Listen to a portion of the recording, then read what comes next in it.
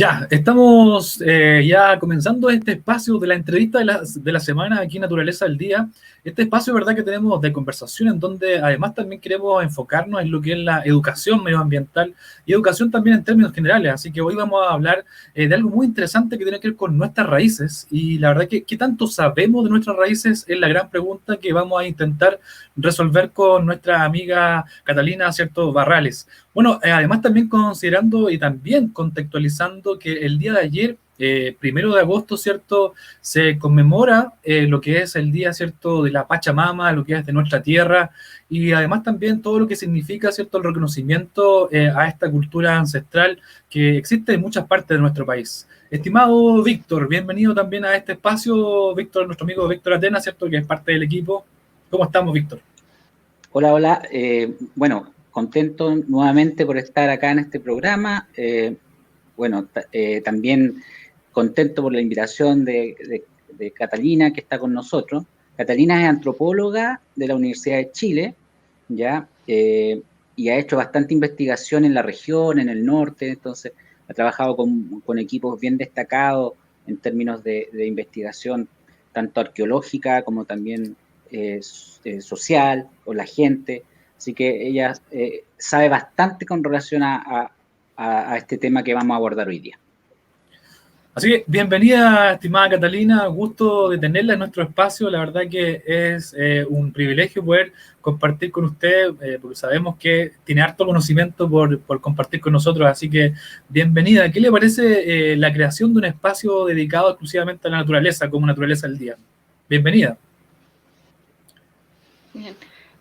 Buenas tardes. Muchas gracias por la invitación. Me estoy enterando ahora de este programa, está bien interesante que podamos hablar de, me imagino que es harto como de la naturaleza que hay en la zona central, en la región, y ponerlo en valor porque son ecosistemas bien interesantes y que siempre están, se cruza el tema de dónde habitamos con nuestras culturas, sobre todo con nuestras culturas más ancestrales, que ellos sí vivían en un continuo contacto y que nosotros lo hemos perdido porque, bueno, pasamos en las ciudades, con otras comodidades y tal vez ya no estamos pendientes mucho de estos ciclos, pero la cultura es básicamente eso, es estar en observación con la naturaleza y conocerla. Sí. Así es. Catalina, preguntarte, mira, por curiosidad y también para que la comunidad sepa, ¿quiénes habitaban antiguamente acá en las zonas, o sea, en esta zona en Rancagua, Granero? ¿Cuáles eran los habitantes que existían? En Coya. Eso lo desconoce mucha gente. Bien, lo que está en el registro arqueológico y también en crónicas históricas, cuando los colonizadores ya estaban acá, siempre tenían algún cronista que hacía dibujos o en los mismos como documentos legales incluso de la administración del reino, está la presencia de los indígenas. Lo que se conoce acá no les llamaban mapuche, eran un sinnúmero de pueblos distintos que por lo general su nombre aludía a los lugares, por ejemplo los tahuatahuas, los cachapuales, entonces habían una serie de linajes que suenan mucho a la historia mapuche, y en lo arqueológico también, son como proto-mapuches, muy similares a lo que era el pueblo mapuche en el sur, que viven, no tienen como un gran, no sé, una gran ciudad, una gran como capital, como por ejemplo ocurre en las civilizaciones incas, donde está Cusco, está todo este tema como más centralizado, sino que los mapuches siempre han sido más descentralizados. Lo que ocurría acá con los indígenas era muy similar, era un sinnúmero de clanes familiares que estaban distribuidos por distintos territorios, pero siempre estaban en interacción porque intercambiaban. Entonces, lo que había eran esos indígenas, y que en la época de los cronistas españoles lo que hacían era ponerle los nombres de los lugares. Entonces estaban los indios Tahuatahua, los indios Cachapoal y así, distintos nombres. ¿Y ellos tenían asentamiento en aquellos lugares? O sea, ¿tenían una especie de ciudad o no sé? ¿Existía alguna población que estaba asentada en algún lugar? Sí, el asentamiento indígena de esta zona es muy parecido a cuando uno iba a esos pueblos antiguos y que era como una calle larga con unas cuantas casitas. Esa es una forma como de asentamiento muy antigua y donde los españoles, ojo, pueblo antiguo que uno va era un asentamiento indígena, porque los españoles cuando llegaron, ellos que venían de capitanes, no venían a trabajar tan de obreros, entonces, ¿quiénes eran los obreros para las faenas agrícolas, la faena ganadera, para todo lo que ellos tuvieron que hacer? Los indígenas. y cómo podían echar a andar sus formas económicas del imperio colonial español si no tenían a los obreros. Entonces, ¿qué hacían ellos? Iban donde había muchos indígenas, ahí se instalaban. Entonces, buena parte de la base de todos estos asentamientos coloniales antiguos, en verdad se pusieron sobre un asentamiento indígena. Interesante. Y cuando llegan, así estamos como ese chiste del flaco dice, cuando llegan los españoles, ¿no? Pero esto no es chiste, esto es en serio. Cuando llegan los españoles, ¿cierto? Se encuentran con todos estos asentamientos, un poco entrando como en términos más de medio ambiente y también de relación medioambiental entre las personas y obviamente la naturaleza. Los españoles, ¿con qué se encuentran? ¿Cuál era la relación que existía en aquellos tiempos respecto a la naturaleza? Entrando un poco quizás en el respeto que obviamente tienen, ¿cierto?, las culturas antiguas por la naturaleza. Lo que se encuentra, bueno, era mucho más inexplorado estos territorios, entonces costaba un poco más avanzar. En zona centro tal vez no se enfrentaron a lo que ocurrió, no sé, en el lado de Frutillar, todas esas áreas más del sur quemaron los bosques para poder ingresar, no había ni cómo entrar a esos bosques que eran impenetrables, y eso está registrado, porque era como parte de la gesta heroica española, era como, oh, y logramos avanzar. Bueno, y después de los españoles siguieron con este tema de las quemas para poder establecer los asentamientos, y civilizar era quemar el bosque, en el fondo, porque no era posible avanzar por ese bosque tan tupido. Pero acá no sé si hay registro de algo así, pero sí hay algunos eventos más dramáticos que fueron postcoloniales, como lo que ocurre con la laguna Tahuatahua, que la laguna Tahuatahua era inmensa y se registra desde más de 9.000 años atrás como una laguna gigantesca con sucesivas ocupaciones indígenas. Incluso era una laguna navegable y luego desaparece porque ya bien avanzado, ni siquiera en la colonia, fue hace poco. Hace poco, estoy hablando un poco más de 100 años, hay un latifundista que quiere drenar la laguna, le hace como un canal para regar otro sector y se seca la laguna. Entonces hay impactos fuertes cuando empieza a ser como los sistemas productivos se hacen más potentes, porque había siempre, en verdad no le podríamos llamar un gran impacto. Habían alguno que otro braje minero, uno que otro asentamiento, pero siempre en una lógica no tan industrializada. Hacia al final, cuando empieza a industrializarse, a hacerse a una mayor escala los sistemas productivos, cuando empieza una devastación mayor. Y los indígenas, justamente hablabas de productividad. ¿Ellos a qué se dedicaban? Porque tengo entendido que en el sector de Machalí, justamente digamos, las termas de Cauquenes, todos esos sectores, habían como algunos piquenes a donde se dedicaban a la minería también. Sí, la minería, pensándola como esta minería artesanal que todavía existe en el norte, que es como, está el pique minero, es un pequeño hoyito, no tan grande, se sacan las rocas, hay fundiciones pequeñas, esas cosas sí es parte de la tecnología inca sobre todo. Cuando hay periodos de dominación inca es muy frecuente ver que esos piques que apenas eran súper artesanalmente explotados tienen un poco más de explotación y hay pequeñas fundiciones porque se encuentran los restos de las escorias. De los hornos acá no he visto, pero en el norte sí he visto, pero acá no. Pero sí había producción metalúrgica a muy baja escala, muy baja escala. Y el resto era agricultura. Tenemos, bueno, que recordar para los auditores que no lo sepan, que tenemos el maíz, es netamente americano, eso no vino de otro lugar, fue un pasto que con generación tras generación se fue seleccionando el mejor, a que este pasto se convirtió en una vaina encapsulada con granos, que es el maíz, el choclo que nosotros comemos. Pero es casi, por decirlo de una forma, una creación humana, porque fue generaciones de personas quienes lo fueron seleccionando hasta que tenemos el choclo. Tenemos la calabaza, las papas, los porotos, que son muy propios de la agricultura americana, de toda la América indígena, y que acá también habían, la quinoa también se producía acá, claro. Y son especies vegetales que no existían de manera silvestre, y que tuvieron que ser modificadas, obvio, en mucho tiempo. Muchos siglos pasaron hasta que son las semillas que vemos hoy, pero sí, eso es parte de la actividad humana y la actividad indígena en la zona, se trabajó con esas semillas. Sí, cuando usted cuenta esto de la laguna Tahuatahua, de cómo se fue drenando y cómo se secó finalmente, me conecta mucho con lo que es aquí cerca, ¿cierto?, nuestra laguna de Aculeo, que verdad que ya seguramente usted sabe que está seca, y la verdad que ha habido todo también un trabajo que se ha intentado hacer allí defendiendo lo que es la laguna de Aculeo. Pero mi pregunta va en función de estos contextos que hablamos de lagunas secas. ¿Cómo esto termina afectando la vida cotidiana, ¿cierto?, de los seres humanos que viven, ¿cierto?, quizás al borde de estos puntos, de estas lagunas que ya están secas o ya en el caso de Aguatá que dejó de existir en el fondo. Claro, ahí hay un impacto, ya se podría hablar de un impacto ambiental, solo que en esa época no tenía ese nombre, pero un impacto mayor, porque son comunidades que estaban acostumbradas a pescar, que tenían estas manufacturas de balsas, los lobitos, no, caballos de mar, no lobitos, caballo de mar, también se utilizaban, había toda una cultura en todas estas zonas de hacer estas pequeñas embarcaciones para poder navegar, hacer uso de los recursos y que dejan de existir. También en las formas de alimentación indígena antigua, en el registro arqueológico hay mucho consumo de coipo y consumo de batracios, como de las ranas, como antes habían ranas, habían anfibios, y era parte de la dieta, era normal. Y los con el coipos tiempo, se ¿dónde hay comían. anfibios? O sea, ¿ah? Los coipos Sí. se comían. Wow, no, eso no es Incluso nuevo. en el... ¿Cómo? Eso para mí es nuevo. Yo no sabía que los coipos se los comían.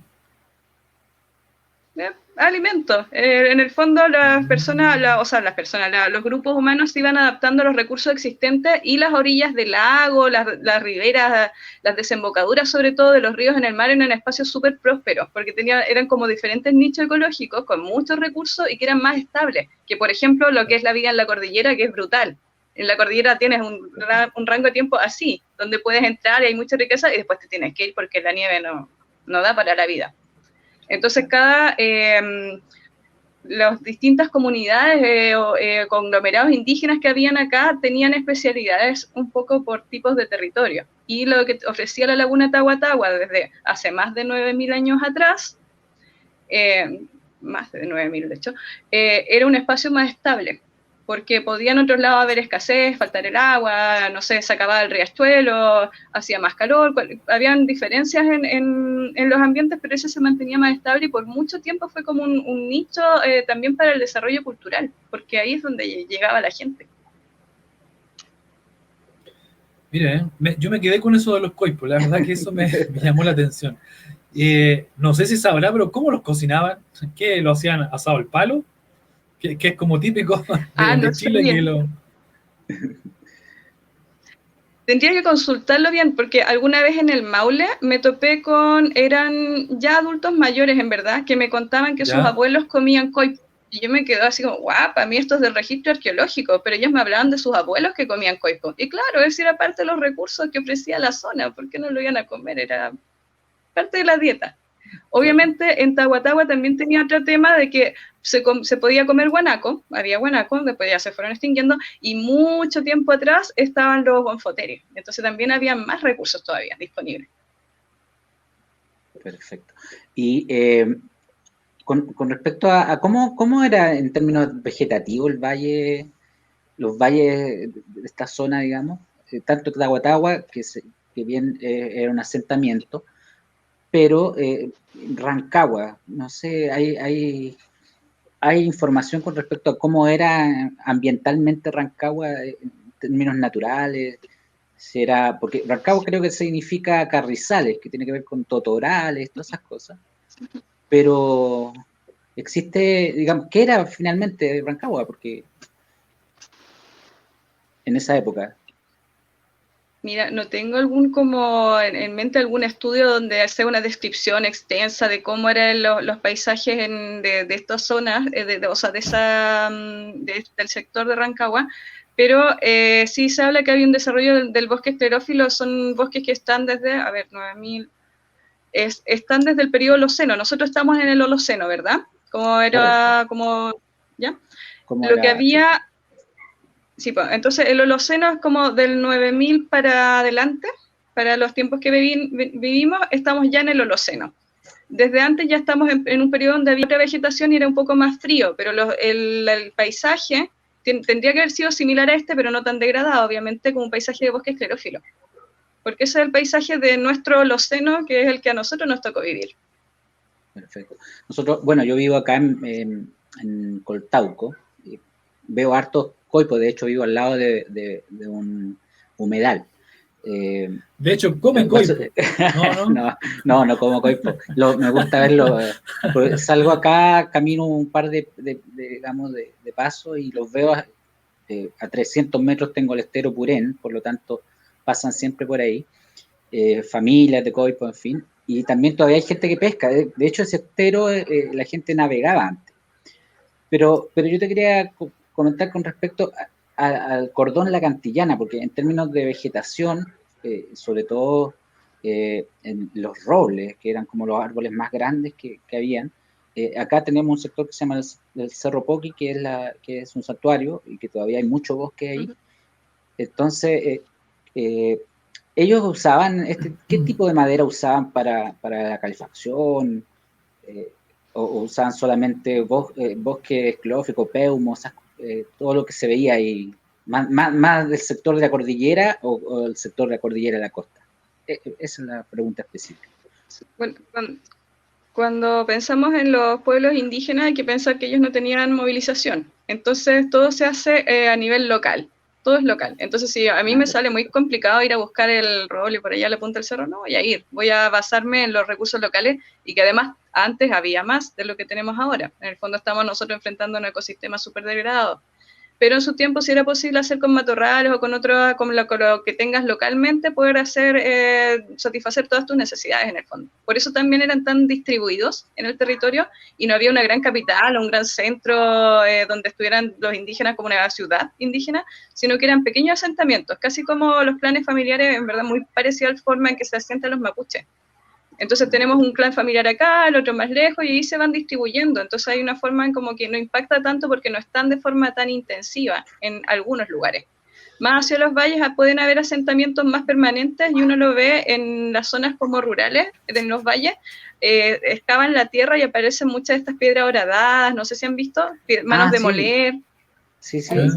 Ahí se nota que hay lugares que fueron muy ocupados por mucho tiempo por comunidades que cultivaban, porque ellos hacían sus harinas ahí y en el fondo ahí uno ve evidencia de ocupaciones más permanentes.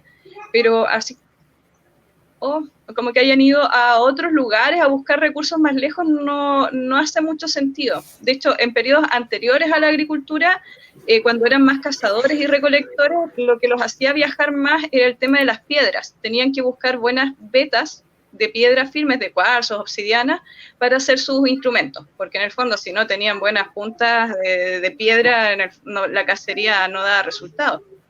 Y ahí en esos sentidos sí uno puede registrar como que un poco más de trayectos para ir a buscarlo, a esas piedras y procesarlas ahí mismo y hacer sus talleres. Pero la lógica indígena siempre es como de resolver localmente el tema de los recursos, no moverse tan extenso. Y lo que se abastecen más en extenso es gracias al intercambio con otras comunidades.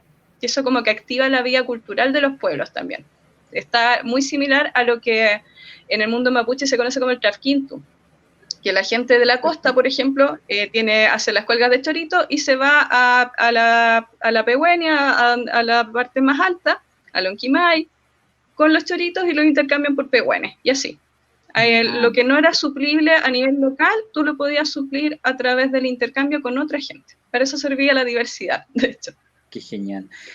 Catalina, y el tema de estas piedras horadadas siempre me ha llamado la atención. ¿Para qué se usaban finalmente? No se sabe. No se sabe todavía. Sí, porque creo que se usaba en las discusiones de matrimonio. Creo que era muy común ver a hombres con consecuencias. Catalina, y en términos, ¿cómo dice Catalina? Para firmar la puerta, dice la gente. Sí. Yo creo, de hecho ahí también la he visto. Sí, yo la he visto, las puertas. Las he visto en las puertas, acá en el campo. Sí, también.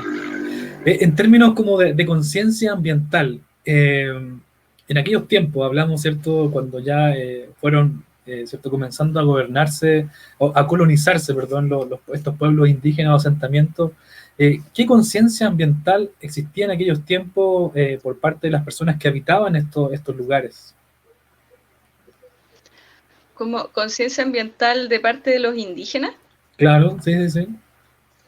Así como de la gente de esa época no tenemos un testimonio, porque su voz no se rescata. De hecho, la voz de los indígenas muchas veces, algo de su existencia, y sobre todo en zona central, se rescata a partir de estudios de documentos jurídicos. Así como en el indio no sé cuánto fue detenido por esto y lo otro y se defendió y dijo esto. Y ahí uno más o menos los ve. O hay un registro en el pueblo de indios tanto, hicieron 80 vasijas de greda. Y más o menos uno lo rastrea ahí, pero no está la voz de ellos, mucho menos las cosas que son relevantes para ellos. También tenemos que pensar que en zona central pasó algo distinto a lo que ocurrió más al sur, que fue la guerra de Arauco. Allá pusieron una férrea resistencia, acá no fue tan fuerte, fueron arrasados. Los que no fueron arrasados se fueron hacia la cordillera, hacia lugares más marginales, se fugaron para no estar, o se murieron, o se fueron a vivir en lugares donde no tuvieran nada que dar para que no nos persiguieran más. En verdad, la guerra de colonización fue muy fuerte y fue una guerra de exterminio, entonces no tenemos, y quien se quedó con la versión oficial son otros, y no tenemos la mirada de ellos. No sabemos qué es lo que ellos podrían decir del medio ambiente. Lo único que nos podemos tener es algo de la data arqueológica que nos habla de la ritualidad en esta zona, y tal vez como ir más de la mano con el pueblo mapuche y con los pueblos andinos también, y conocer su ritualidad para más o menos entender cómo se vivía eso acá. Pero la voz propia de los indígenas de esta zona ya la perdimos. Y desde esa perspectiva, ¿se podría extraer entonces como una cosmovisión similar a lo que tiene que ver con el pueblo mapuche, a lo mejor, ¿o no? Por ahí. Mapuche y andino están las dos influencias bastante fuertes.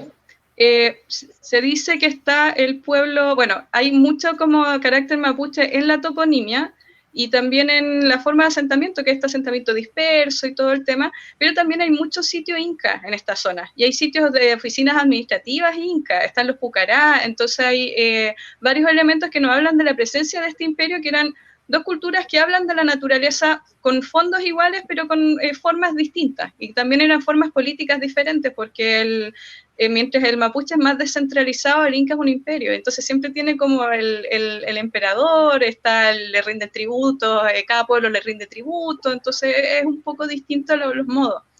Pero en todos está esta mirada de retribuirle a la naturaleza. De hecho, hablando un poco del Día de la Pachamama, este día los pueblos andinos, ayer, todo este mes se puede hacer el pago a la tierra, pero el día de ayer en especial, en el norte tiene que haber habido mucho humito, porque en cada casa todavía se hace el pago a la tierra, que entierran algo, figurillas de azúcar, pancito, hojitas de coca, lo que sea como un alimento para la tierra, y se le invita a la tierra para agradecerle. Entonces, yo creo que ahí hay un elemento que es muy propio del mundo indígena, y que lo más probable existió acá, que es ofrendarle a la tierra algo. Ofrendar semillas, distintos elementos que pueden ser valiosos, textiles, y que eso sí está en la data arqueológica. ¿En qué momento cree usted que cambia esta relación con el medio ambiente? Pasa desde el agradecimiento al consumismo, al extractivismo. ¿En qué momento cambia? Eso es lo que más me sorprende desde este punto de vista de como de la antropología humana. Es la llegada del Imperio Español. Ahí partimos porque ellos vienen desde otra cultura y con las ganas de extraer cierta riqueza súper centrada en el oro, más que en las otras cosas que no les importaban tanto, era más el oro, y que tienen un modo de relacionarse bastante devastador con las culturas locales. Entonces no hay un respeto absoluto ni por la vida, ni por las formas de ritualidad, ni asentamiento, no, se pierden ese nexo que cada territorio tal vez debería guardar con su gente, o el nexo que cada uno de nosotros tiene la obligación, tal vez el deber deberíamos tener, de guardar un nexo con nuestro territorio, de mirarlo, saber si somos territorio de mar, si somos del valle, somos de cordillera, y observar nuestro día a día de acuerdo a ese territorio. Lo perdimos, porque no nos quitaron a nuestros interlocutores, a los que sabían, y nos quedan pedacitos, algo, un poco del conocimiento dando vueltas, pero poco dando vueltas, no queda entero, coherente. Entonces eso nos dificulta las cosas. Y obviamente después de la colonia siempre hay como estos intentos como progresistas, bien occidentales, de que si hay más caminos somos más desarrollados, vamos a hacer la gran represa, y así de a poco, como perdiendo un poco esta mirada, y llegamos a la era del capitalismo brutal, que ya están agotados los recursos y quieren seguir agotándolo. Claro. Y como que no hay ninguna mesura siquiera con eso. Sí, es complicado. Catalina, y con respecto, mira, con respecto al Imperio Inca específicamente, ¿por dónde pasaba el camino Inca? Porque hay asentamientos de Pucará, ¿para qué servían los Pucará? Y creo que había hasta un puente que cruzaba el río Cachapual, que era de los Incas, no sé en qué lugar, pero sí, había un puente, me decían que estaba cerca del Orocoipo, que pasaba por ahí un puente, porque ahí iba el camino del Inca. Historia de historiadores rancagüinos. Pero la pregunta es esa, ¿por qué el Imperio Inca llega hasta el Maule, creo, y después se desaparece? Uh-huh. Ya, lo que está establecido es que hay una frontera más o menos clara hasta la ribera norte del Cachapual, como que uno ya tiene más seguro que había presencia de funcionarios del Imperio Inca acá, pero la influencia del Imperio Inca es tanta que hay relatos hasta Puerto Montt de visitas del emperador, o historias donde hablan que venía el Rey Sol en andas y lo traían, y son historias que cuentan los abuelos de cuando cuentan que sus abuelos los vieron pasar, y uno dice, ay, pero esta cosa no es mapuche, esta cosa es muy inca. El personaje que andaba en andas era el emperador o la gente que era como los ministros del emperador, los embajadores del emperador, andaban en esa forma, que era una forma también de mostrar que ellos eran un imperio grande, poderoso, era parte de su forma de dominio, que no era igual que la de los españoles. El imperio inca, ellos exigían un tributo, entonces tenían un poco esa cualidad de observar en qué eran buenos cada pueblo. Por ejemplo, los diaguitas eran muy buenos alfareros y les pedían tributo en vasijas. Entonces ellos iban viendo qué cualidades había en cada zona y ahí se hacía el tributo. También el tributo se cobraba, en el norte se ve mucho más claro que acá. Acá no hay mucha infraestructura que quede para verlo bien, que solían tener en algún lugar apartado, pero visible para el pueblo, una colca, creo como una pequeña estructura donde se podían dejar los tributos. Entonces ellos le avisaban, no sé, cuando el sol marque no sé qué después del equinoccio va a venir el emperador y se va a llevar las cosas, ustedes no vayan y no miren. Y claro, efectivamente, se las arreglaban para en tal fecha, retiraban todo el tributo que habían dejado y dejaban algo a cambio, objetos textiles, algo muy bonito. Y tenían un tema como con el arte, como con la estética tremendo, entonces ellos hacían notar su grandiosidad también con eso. Y dejaban este otro tributo y también otras cosas, por ejemplo, cuando se hacían obras públicas, el pueblo, por ejemplo, tenía que ayudar a construir un camino, sí, ayudaban, construían, pero el Inca les llevaba la chicha, la comida, entonces era como una fiesta ir a construir. Entonces tenían unas formas como bien especiales de desenvolverse y ser un imperio. ¿Ah? Respetuosa. ¿Cómo? Igual, respetuosas. Sí, o sea, eran bien observadores también. Compara como un de poco las cualidades. Sí, compara un poco cómo se instaló el pueblo, los españoles en nuestro país. Termina siendo muy respetuosa la forma en que los incas se relacionaban con estos asentamientos. Claro, es que en el fondo el Inca observaba qué cualidades habían y eso el español nunca lo hizo. El español quería el oro y el oro nomás. En cambio el Inca también observaba otras cualidades y de acuerdo a eso funcionaba. Y también tenía una forma de dominio como político en que, por ejemplo, cuando tenían, es que Chile y en la zona centro ya no es muy interesante para ellos, pero en otras áreas de América se nota más que cuando para ellos era muy interesante un territorio, hacían nexos políticos con los gobernantes de cada zona. Entonces ellos, se había que negociar algo, los tributos, lo que fuera, hablaban con el líder de cada sector, y el líder de cada sector, si ya era un área que les importaba, podían enviar sus hijos a estudiar a Cusco. En Cusco había sí, ya recibían formación en ciencias, en el fondo en todo, pero eran parte del imperio, y eran los hijos de los mandatorios que después podían volver a sus tierras o ocupar cargos públicos como el curaca, otros cargos públicos administrativos del imperio, pero que eran gente de los pueblos de Aguita, de distintos pueblos. Más hacia esta zona se diluye en zona centro, no se nota tanto la presencia como de administrativos incas, pero algo poco había, por eso se dice que Cachapual era la frontera, y hacia el Maule hay muchos relatos incas. Entonces, y también hay sitios de características incas, o cerámica, o textiles, o ofrendatorios de características incas. Entonces estaban, pero no tan oficiales.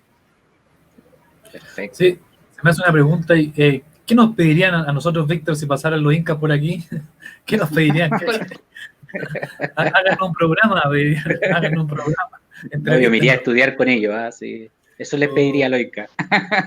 Estudiar el tema del agua, porque es súper importante. Ellos tenían todo un conocimiento con respecto al cultivo del agua, espectacular. Entonces, eso le pediría si es que fuera... Bueno, vamos a ir cerrando, porque la verdad que pasa súper rápido el tiempo. Así que vamos a ir como a las últimas palabras, últimas preguntas, así que quedara algo, Víctor. No, en lo actual, ¿qué pasa con los pueblos? Hoy día, como que todavía no somos ajenos a nuestros pueblos originarios. Entonces, me gustaría saber tu opinión, un mensaje quizá a la comunidad, a los jóvenes de hoy, Catalina. A veces es que encuentro los jóvenes están como más bombardeados de lo que nosotros fuimos, de los medios, de la tele y de a veces la posibilidad de generar contenido que de repente no tienen mucho contenido. A veces mejor como despojarse de todo eso, ir a las bases y ver si pueden acompañar a ciertas comunidades en sus actividades diarias, o por último hacer un huerto y empezar de ahí a aprender de la tierra, porque la tierra transmite información siempre. Cuando uno está haciendo, por ejemplo, un huerto, está viendo los ciclos de la tierra, está viendo cómo hay un proceso en que se descompone la materia y vuelve a generarse de otra forma, y todo eso los pueblos indígenas también lo tenían. Entonces, si es que no pueden tener la suerte de tomar contacto con la gente de las comunidades, tal vez acercarse a la tierra simplemente, poder ir de cuando en cuando a ver los cerros y sentirlo. A mí me ha pasado, el otro día estaba conversando con una amiga que me decía, ya Cata, cuéntame cuáles son los apus, que son los cerros tutelares andinos. Me preguntaba cuáles eran los apus de acá. Decía, necesito ir a alguno. Y me decía, ya, tú quieres uno donde haya ceremonial activo, donde haya gente que esté yendo a hacer ofrendatorio, o un apu, nomás como que sientas que tenga espíritu, que en el fondo se pensaba que las montañas tenían espíritu. Y no, ella quería tan solo ir a un lugar donde la montaña se sintiera su espíritu.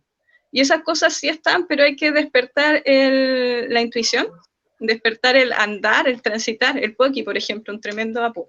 Sí. Es un lugar donde incluso hay un ceremonial religioso católico, pero que todas las luces tiene de que era un ceremonial andino. La iglesia católica se desenvuelve más en el templo que en esto de salir a andar y caminar por los cerros, que son muy propios del ceremonial andino. Sí. La procesión y la mesa en altura, son rasgos totalmente indígenas. Entonces, si pueden, saliendo de la pandemia, poder transitar más por la montaña, quedarse quietos, apagar la música, sentir el agua, es como sentir los elementos, también van a sentir algo de lo que vivieron los pueblos originarios, si es que no tienen la suerte de poder estar con ellos. Marcelo. Sí. Yo me quedo con lo último. Bueno, en la Araucanía hoy por hoy está pasando algo súper grave. Huincas, chilenos, por decirlo de una forma, están atacando lo que es la defensa del pueblo mapuche. Y la verdad que, ¿por qué cree usted, Catalina, que está pasando esto? Que la verdad que es muy antagónico, porque la Araucanía es tierra mapuche y gente que vive ahí en esta tierra mapuche está atacando a los dueños, por decirlo de una forma, de una cultura, de la tierra, etcétera. ¿Por qué estamos viendo hoy por hoy este tipo de enfrentamientos? Yo creo que aquí el Estado de Chile, el Estado histórico, no estoy hablando del gobierno Piñera, es el Estado de Chile tiene que hacerse cargo de una gran estafa que hizo hacia estos colonos, porque en Europa, cuando se hicieron estas campañas de colonizar esta tierra baldía, era así lo que les decían. Ven, te vamos a regalar tierra, tienes tu título, tienes subsidio, porque ven a colonizar esta tierra desierta donde no hay nadie. Y no era verdad. Entonces eso partimos estafando. Entonces tenemos un grupo de colonos que se aferran, así como porque consideran que han trabajado tanto por ese lugar y lo consideran, es como su mito fundante. Hemos llegado a esta tierra que la tengo, me dieron el subsidio, tengo el papel. Pero el papel era falso, entonces como reconocer que fueron estafados cuando el Estado sigue lavándose las manos y sigue echándole la culpa a los mapuches, es difícil. Y el Estado se sigue lavando las manos. Entonces yo creo que acá hay un tema fundante de que ellos les mintieron, los estafaron y el Estado no se ha hecho cargo. Y ellos derivan toda la violencia de esta estafa contra los mapuches y se forman como generaciones completas de odio y de desigualdad, que al final es verdad que había un robo. Es verdad que habían habitantes no solo originarios, sino que habitantes con títulos. Ojo, hay harto personas mapuches que fueron despojados teniendo títulos de papel concretos, y aún así no fueron respetados por el propio Estado de Chile y terminaron dándole la tierra a los extranjeros. Eso es una estafa. Entonces, veo esa violencia como del pueblo contra el pueblo. Yo el que veo ausente del Estado, que se ha lavado las manos continuamente. Bueno, la verdad que es como grave esto que pasa, ¿no? Grave, porque finalmente, claro, parece que nadie se hace responsable y nadie toma cierta iniciativa quizás en solucionar el tema de raíz. Estimada Catalina, agradecemos mucho este tiempo que nos ha entregado, que ha entregado también a los seguidores de Naturaleza al Día, que, bueno, como espacio queremos siempre estar educando, así que agradecemos este espacio en el que usted amablemente ha accedido a educarnos, así que muchas gracias, Víctor.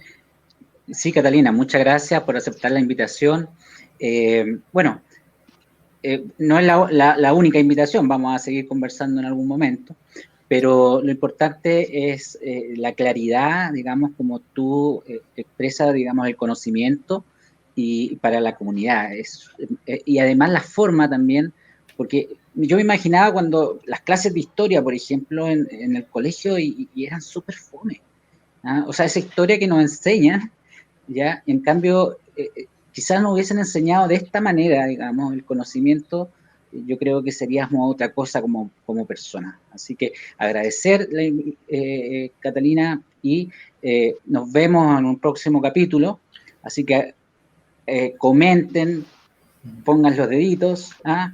Sí. Y nos vemos en el próximo capítulo. Marcelo. Catalina, muchas gracias. Gracias. Bueno, que estén muy bien. Chao, nos vemos. Chao.